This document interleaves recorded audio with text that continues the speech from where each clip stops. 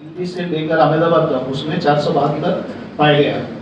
और track cage में जो ये 14.35 मिलीमीटर का होगा, जो हमारा जो रेलवे ट्रैक बनेगा उसके लिए ट्रेन की जो क्षमता है 750 होंगे।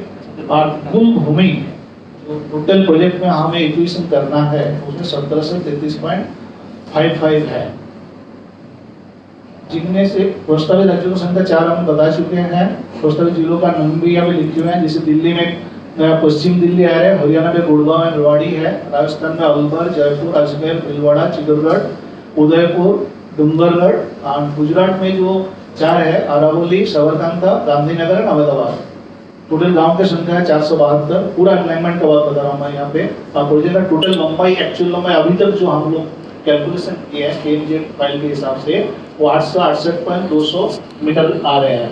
टोटल परियोजना में जो भूमि अधिग्रहण होनी है वो 17 से 33.55 हेक्टेयर है। जो अभी ये हमने बताया है, जो टोटल उसमें राज्यों में कैसे कितना लेंथ हो रहा है।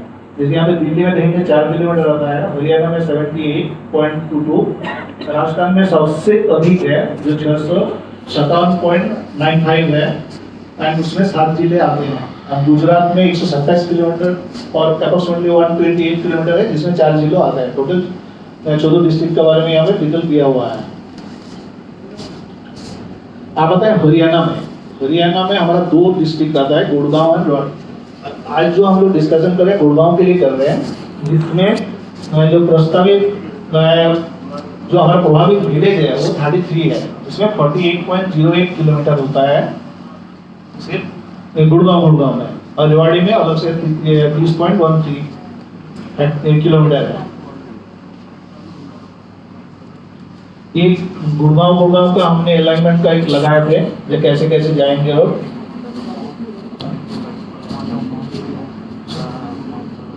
हाँ, ये गुड़गांव डिस्ट्रिक्ट में हमारे जो प्रभावित तहसील है, 2 तहसील है, प्रभावित गांव 33 है, जिस जिले में परियोजना में लंबाई 48.08 किलोमीटर है। परियोजना के लिए आवश्यक कुल भूमि 18.684 हेक्टेयर है, जिनमें से जो प्राइवेट लैंड है वो नियर अबाउट 43.795 हेक्टेयर, और जो सरकारी भूमि है 44.88। सरकारी भूमि यहाँ पे ज्यादा इसलिए हुआ है क्योंकि हमारा जो अलाइनमेंट है वो रेलवे ट्रैक का साथ साथ ही चल रहा है, इसलिए जो प्राइवेट मतलब जो किसानों का जमीन है वो कम से कम लिया गया है। और प्रभावित जो भूखंड की संख्या अभी तक जो हम लोग लैंड एक्विजिशन प्लान से बनाए हैं 934 है, जिसमें से सरकारी भूखंड सब बड़े बड़े हैं, उसका नंबर थोड़ा कम है, और निजी भूखंड का 794 है अभी तक का। बट इसका कुछ बदलाव भी हो सकता है जब हम जाके मतलब जॉइंट विजिटिंग सर्वे वगैरह होगा तो इसका कम होने का चांसेस रहता है। अभी तो हमको सब को लिया है। ये है गांव वाइज कौन सा टेनेज में आता है, कौन सा किलोमीटर में कौन सा गांव आ रहे हैं, उसके बारे में हमें डिटेल दिए हुए हैं। जो गुड़गांव डिस्ट्रिक्ट शुरू होता है चोमा विलेज में और खत्म होते जाके हेली मंडी में। हाँ नहीं, ताजनगर है ना हमारा लास्ट विलेज। ताजनगर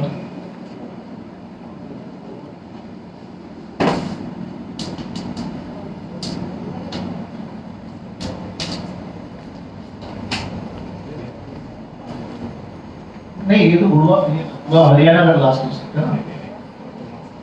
ओके, ये फोटो नहीं, 2 तहसील है। गुड़गांव तहसील जोटोला में खत्म होता है। गुड़गांव तहसील में जो लास्ट विलेज है वो जो ताजनगर, अच्छा जो ये वो फोटो दिखा जो लास्ट विलेज है जोटोला है, उससे पहले ताजनगर आता है जो गुड़गांव डिस्ट्रिक्ट में लास्ट विलेज, गुड़गांव तहसील का लास्ट विलेज है। एक्चुअली जो हम लोग गुड़गांव डिस्ट्रिक्ट खत्म होता है वो बीरपुर में खत्म होता है, जिसका चेंज है हमारे यहाँ पे 52.144।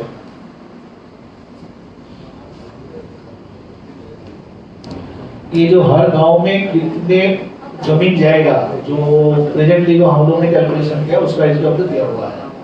ये चोना में 5 हेक्टेयर, बाकी बलवा में 2.51, इसका डिटेल हम लोग इसमें रखे हुए हैं।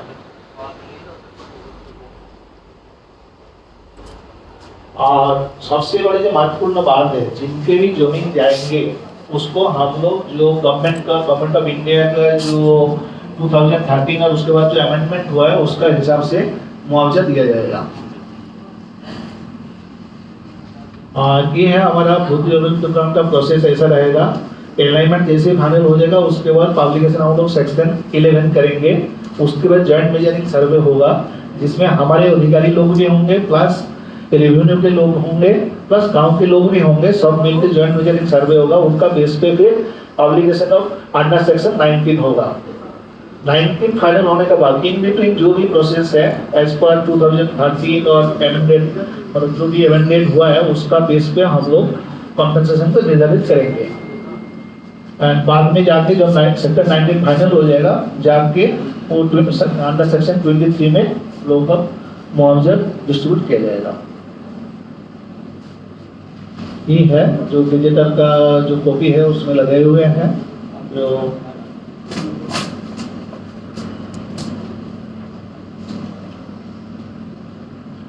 यहाँ पे हमने लिखा है भूमि खरीद के लिए प्रस्तावित दर शहरी क्षेत्र में बाजार मूल्य का सर्किल रेट से 2 गुना और ग्रामीण क्षेत्र में बाजार मूल्य से रेट से 4 गुना होगी।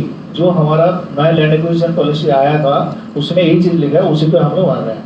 सक्षम सरकारी विभागों द्वारा सभी दाचों और अन्य परिवर्तनों का मूल्यांकन किया जाएगा, जो जॉइंट मेजरिंग सर्वे का बात हमने कर रहे थे। और इसका अनुसूचित 2 के लागू प्रावधानों के अनुसार प्रभावित भूमि धारकों प्रभावित समुद्र को प्रस्तावित को और आरएनआर का जो भी है प्रदान उसको किया जाएगा। मतलब मुआवजे के साथ साथ रिसेटलमेंट का जो भी प्रावधान है वो सबको दी जाएगी। ये है कैलकुलेशन का, जैसे वन टाइम और 4 बार ग्रामीण क्षेत्र में 4 बार कैसे होगा उसके बारे में हमने बताया है। और ऊपर से जो शहरी क्षेत्र का जो भी गांव या जो भी आता है शहरी क्षेत्र में आएंगे उसको दोबारा मिलेगा। ये हम लोग एज पर जो रूल है रूल के हिसाब से ही काम करेंगे। Thank you everyone.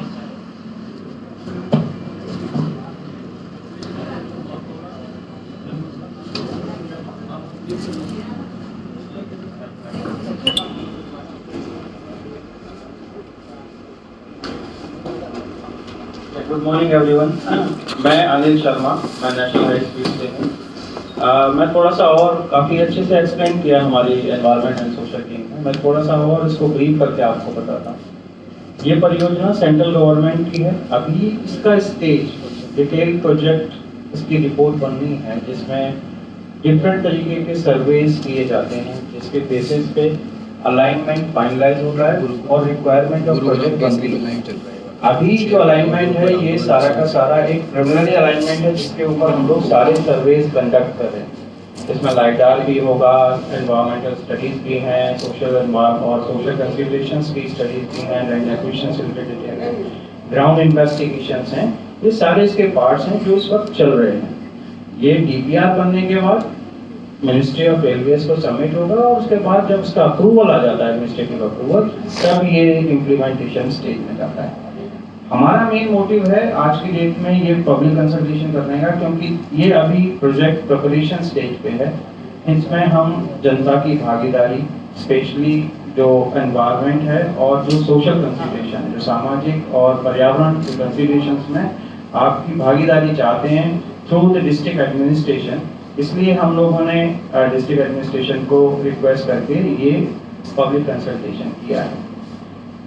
मेन कोशिश जो थी NHRCL की ये रही कि कम से कम पर्यावरण का और सोशल का इम्पैक्ट आए प्रोजेक्ट में। उसको लेकर जो हमारा अलाइनमेंट हमने अभी तक प्रपोज किया है वो ज़्यादातर जो एग्जिस्टिंग फैसिलिटीज़ हैं, जो ऑलरेडी एग्जिस्टिंग प्रोजेक्ट्स हैं या फिर कोई किसी तरीके की जो हमारे पास अवेलेबिलिटी है सरकारी लैंड की या किसी परियोजना के अंतर्गत लैंड की, उसको यूटिलाइज करने की थी। इसीलिए ये अलाइनमेंट ज़्यादातर हाईवेज के और रेलवेज के साथ किया गया है और उनकी लैंड पे ज़्यादा से ज़्यादा कोशिश किया गया है कि इसको हम उसके अंदर ही रखें।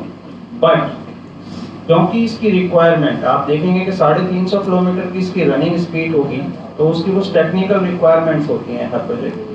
काफ़ी कोशिश करने के बावजूद भी कुछ रिक्वायरमेंट्स को फुलफिल करने के लिए हमको कुछ एडिशनल लैंड्स की ज़रूरत पड़ी, जो हमारे लोगों ने आपको काफ़ी अच्छे से डिस्क्लोज किया है।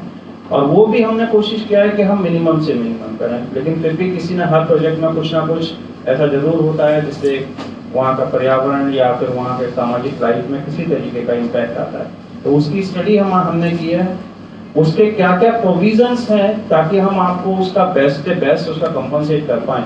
वो जो भी हमारे लॉज इस वक्त अवेलेबल हैं, प्रिवेलिंग हैं, वो उसके अनुसार हम लोग काम करेंगे और पूरा का पूरा जो भी बेस्ट कंपनसेशन उसके हिसाब से बनेगा वो आपको इस परियोजना के थ्रू डिस्ट्रीब्यूट किया जाएगा।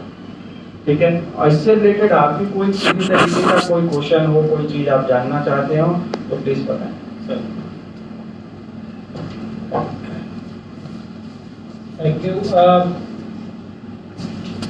गांव से जो आए हैं, एक बार ग्रामीण गांव का नाम भी बता दें तो उससे आइडिया लग जाएगा कि मतलब गांव की लिस्ट तो डिस्ट्रिक्ट महेंद्रगढ़ गांव करेगा। अच्छा, करीना से आप? जी। अच्छा, मैं जी गुड़गांव चोमा गांव, चोमा से नंबरदार, एक्स सरपंच। अच्छा, रेवाड़ी से ढालियावास नारनौल से जी, नारनौल से नारनौल से। रेवाड़ी से रोड आएगा। ये चोमा से हमारे पार्षद हैं, निगम पार्षद। आपकी? रेवाड़ी से। अच्छा, रेवाड़ी से। तो नारनौल करीना आप लोगों की यहाँ जमीन वगैरह है क्या? नहीं सर। अच्छा, ठीक। तो खैर ये तो अभी प्रिलिमिनरी स्टेज पे है एंड आपने खासकर मैं चोमा से हमारे रणजीत साहब और हाँ ये रविंदर पार्षद, हाँ रणजीत पार्षद सरपंच। तो आपने देख ही लिया होगा कि हाँ जी। मिनिमम लैंड रिक्वायर करी जाएगी और उसमें भी कंपनसेशन जो 2013 का एक्ट है इसमें काफ़ी सभी चीज़ों का ध्यान रखे कैलकुलेशन करी जाती है कि अगर आपकी मार्केट रेट या circle rate whichever is higher, वो अगर 100 रुपये मान लो तो उसका फैक्टर और सारी चीज़ें करा के लगभग 4 गुना आपको वो मिलता है। उसके अलावा बाकी जो आपकी फिजिकल स्ट्रक्चर वहाँ ऑलरेडी मौजूद है, बाकी चीज़ है या उस ज़मीन पे कोई और आजीविका भी चल रही है, तो सारी चीज़ों का कंपनसेशन वो सारा दिया जाता है। तो एजेंसी को डिस्ट्रिक्ट एडमिनिस्ट्रेशन का पूरा सपोर्ट रहेगा इसमें, जो भी डिस्ट्रिक्ट एडमिनिस्ट्रेशन के साइड पे रिक्वायरमेंट्स चाहिए या बाकी पब्लिक कंसल्टेशन में। एंड आई होप कि पब्लिक भी नाउ क्योंकि अर्लियर कंपनसेशन ज़्यादा बड़ा एक थोड़ा इशू रहा करता था, लाहौर एक्ट ने वो काफ़ी हद तक कवर किया है, तो आई डोंट थिंक कि बहुत ज़्यादा इशू होगा। बहुत ही एम्बिशियस प्रोजेक्ट है और जिले के लिए भी गर्व की बात है और इससे उन जो एरियाज हैं वहाँ ऑलरेडी इंडस्ट्री है तो हमारा काफ़ी डेवलप हो रहा है और भी इससे गति मिलेगी उससे। तो सभी गांव वाले इसमें सहयोग भी देंगे और डिस्ट्रिक्ट एडमिनिस्ट्रेशन का तो पूरा सपोर्ट रहेगा, ग्रामीणों की तरफ से भी पूरा सहयोग रहेगा जी। बहुत बढ़िया।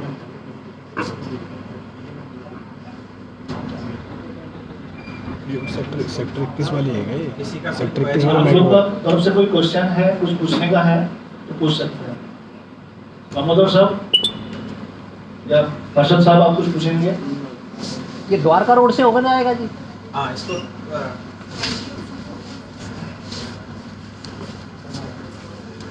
मैं थोड़ा सा अलाइनमेंट आपको समझाता हूँ।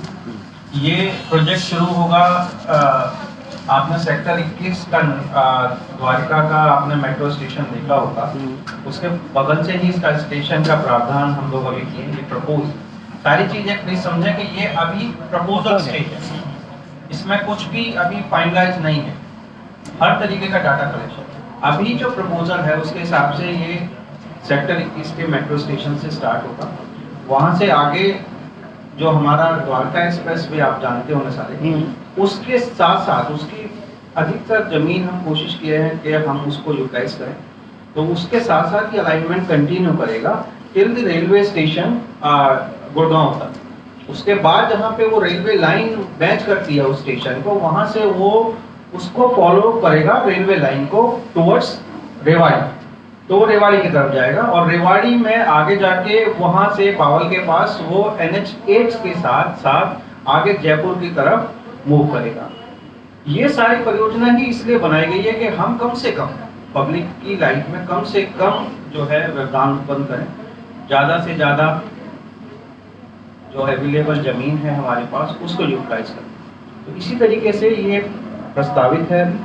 इसमें चेंजेस हो सकते हैं क्योंकि बहुत सारी चीज़ें, ये आप जानते हैं कि टेक्नोलॉजी अभी तक हिंदुस्तान में नहीं है।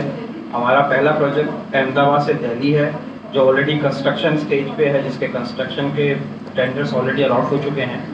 एशिया के बिगेस्ट टेंडर्स थे जो अलॉट हुए हैं वो आज तक की हिस्ट्री में, और वो सारा जापानीज टेक्नोलॉजी है। अभी इसकी टेक्नोलॉजी डिसाइड नहीं है, बट वी हैव टू, हमको ये सारा बाहर से टेक्नोलॉजी इंपोर्ट करना पड़ेगा। तो उसकी कुछ लिमिटेशंस हैं, उसके कुछ प्रोटोकॉल्स होते हैं, उसके कुछ रिक्वायरमेंट्स होती हैं, तो उसके हिसाब से ही अलाइनमेंट को प्रपोज किया जाता है। और क्योंकि इसकी स्पीड जैसे हमने बताया कि लगभग 350 kilometre per hour running speed होगी, एवरेज स्पीड, क्योंकि स्टेशंस होंगे, कई जगह पे कर्व्स होंगे जहाँ स्पीड लिमिटेशंस होती हैं, वहाँ कम ज़्यादा भी होगी। तो एवरेज स्पीड अगर आप पॉइंट टू पॉइंट की बात करेंगे तो लगभग 250 किलोमीटर की होगी। तो 850 किलोमीटर का अगर आप बात करेंगे तो लगभग 3.25 घंटे 3.5 घंटे में आप दिल्ली से अहमदाबाद का सफ़र तय कर पाएंगे। दिस ऑल जितनी भी बेटर सुविधाएं आज की डेट में हैं। तो ये अलाइनमेंट प्रपोज है अभी। इसमें आपको और बता दूं, आज कंटिन्यू हमारा जो है हेलीकॉप्टर से इसका लाइडार का सर्वे इस वक्त कंटिन्यू है, चालू है। हमारी टीमें ऑलरेडी हेलीकॉप्टर से फ्लाई कर रही हैं। तो उसके बाद टोपोग्राफिकल कंडीशंस, जियोलॉजिकल रिक्वायरमेंट्स, वो सब मैटर करती हैं। उसके बाद थोड़ा सा अलाइनमेंट